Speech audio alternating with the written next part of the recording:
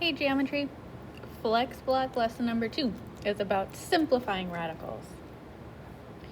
All the problems that we looked at last time were perfect squares. So when we simplified our radicals, it was pretty easy. Like it just became a whole number. But that is not always the case. Every number is not a perfect square. So a lot of the problems that we'll have to deal with require that we simplify our radicals. So when we say a radical is simplified, it means the radicand, so the number underneath the radical symbol, this is our radicand. The radicand has no perfect square factors. The radicand is not a fraction, and there are no square roots in the denominator.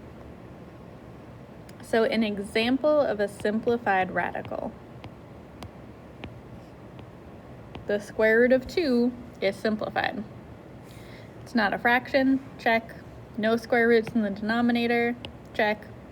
The radicand has no perfect square factors. The only factors of 2 are 1 and 2, so check, check, check, that is simplified.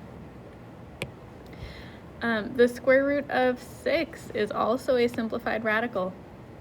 The radicand has no perfect square factors. Well, the factors of 6 are 2 times 3 and 1 times 6. None of those numbers are perfect squares. Good to go. Not a fraction. Definitely not a fraction. No square roots in the denominator. I don't even have a denominator, so we're good. Some things that are not simplified. So these are some non-examples.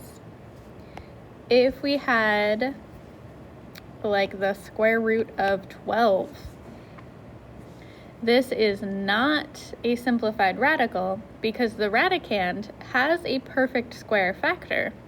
12 is 4 times 3, and 4 is a perfect square. So this would not be considered simplified.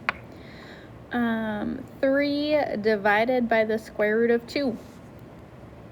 That is not considered simplified because there is a square root in the denominator.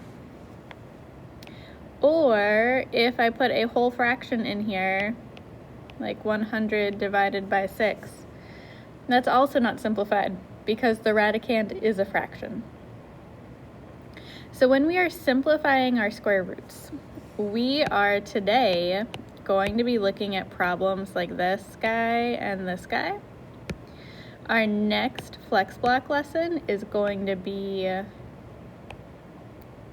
is it even our next? Yeah, I think it's the next one, maybe the one after, is going to be focused completely on problems like the one in red, where we have a square root in the denominator. So in order to simplify these radicals, we need to know some properties of square roots. The first one is the product property. So if we have two numbers, or two things that are being multiplied together underneath a radical, we can separate those and put them each under their own radical.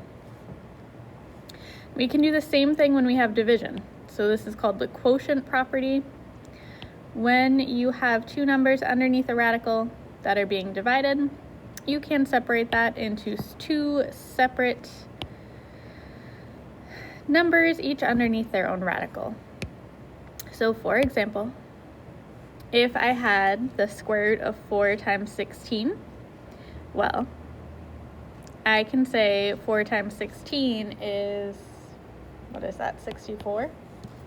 Or I can break this up and look at it as the square root of 4 times the square root of 16. I know the square root of 4 is 2. I know the square root of 16 is 4, so that's 8. That's the product property. We took our one big radical, split it up into two separate ones. We can do the same thing with a fraction. So we have 25 divided by 36, and we're taking the square root of that. So we can separate that into two separate fractions. Sorry, not two separate fractions, two separate radicals.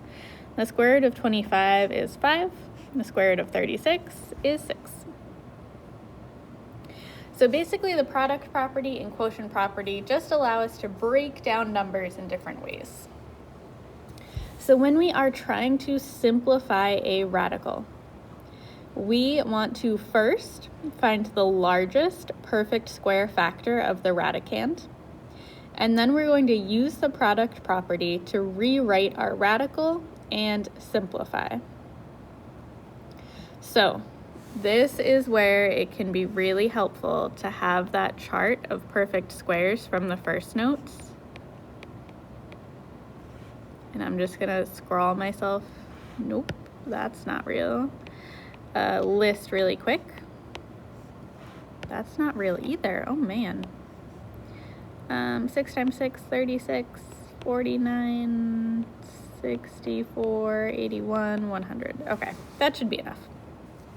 So I am looking for the largest perfect square factor of my radicand. So in the first one, I have the square root of 72. I am trying to find the largest number on this list of perfect squares that I can divide 72 by.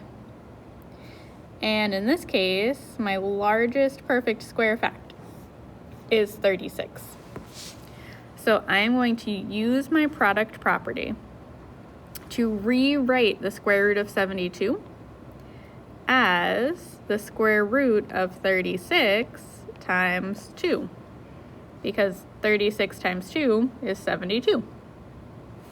Now when I use my product property, I can split this into two separate radicals.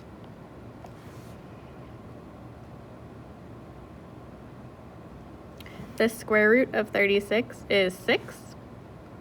And the square root of 2 is as simplified as it's going to get. So I just leave that as the square root of 2. So my final answer is 6 square root 2. And that is considered simplified because my radical doesn't have any more, the radicand, sorry, doesn't have any more perfect square factors.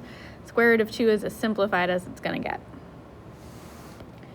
So our next one is the square root of 48. Okay, on my list, I'm looking for a number that I can divide 48 by. I'm going to start at 100 and work my way back.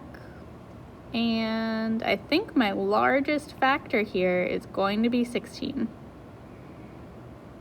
Is that real? Let's see. 16 times 3. I think 16 times 3 is 48. Yeah. Okay, so I can rewrite the square root of 48 as the square root of 16 times 3. Now I'm going to use my product property to break that up into the square root of 16 times the square root of 3. Now I'm going to simplify. Square root of 16 is 4, and the square root of 3 is as simplified as it's going to get. So the square root of 48 can be written as 4 times the square root of 3. All right, next one, we have the square root of 80. Oh, it's so close to being the square root of 81, which is a perfect square. But it's not quite there. Let's see, largest number that I can divide 80 by. Well, not by 64, not 49, 25, 16? Is 80 divisible by 16? Should I have figured this out? Yes, 80 is divisible by 16. Awesome. So I can rewrite the square root of 80 as 16 times 5, because 16 times 5 equals 80. I am going to use my product property to write this as two separate radicals. Square root of 16 times the square root of 5. Square root of 16 is 4. Square root of 5 is as simplified as it's going to get. So the square root of 80 is actually 4 times the square root of 5. Okay, on the next one. This time I have a fraction. It will make my life a lot easier if I can just divide these numbers. So is 75 divisible by 4? No. 75 divided by 4 is like 18 and a decimal. So that's not going to work. So what I will do instead is rewrite this problem as two separate radicals. So I'll have radical 75 over radical 4. Well, in the denominator, the square root of 4, that's 2. So Check, done, easy. But in the numerator, 75 is not a perfect square, and it can be simplified. So this is going to take another step. I can divide 75. Largest perfect square factor is 25. So I am going to rewrite 75 as 25 times 3. And this is still divided by 2. Now in my next step, I'm going to break up my radical in my numerator. So I'll write this as the square root of 25 times the square root of 3, still divided by 2. And now I can simplify. The square root of 25 is 5. The square root of 3 is just the square root of 3. And that's all still being divided by 2. So this one was a little bit longer. Turns out the square root of 75/4 is actually 5 times the square root of 3 divided by 2. So this probably seems like a pretty silly process. Like, the square root of 48 seems simple enough. Why does it need to be rewritten as 4 times the square root of 3? Because math says so. It's like having proper English grammar. We also have proper math grammar. And proper math grammar dictates that our radicals are simplified in this manner. Your practice for today is posted on Classroom. I'm pretty sure it's a delta math. So go work on your delta math problems. Let me know if you have any questions.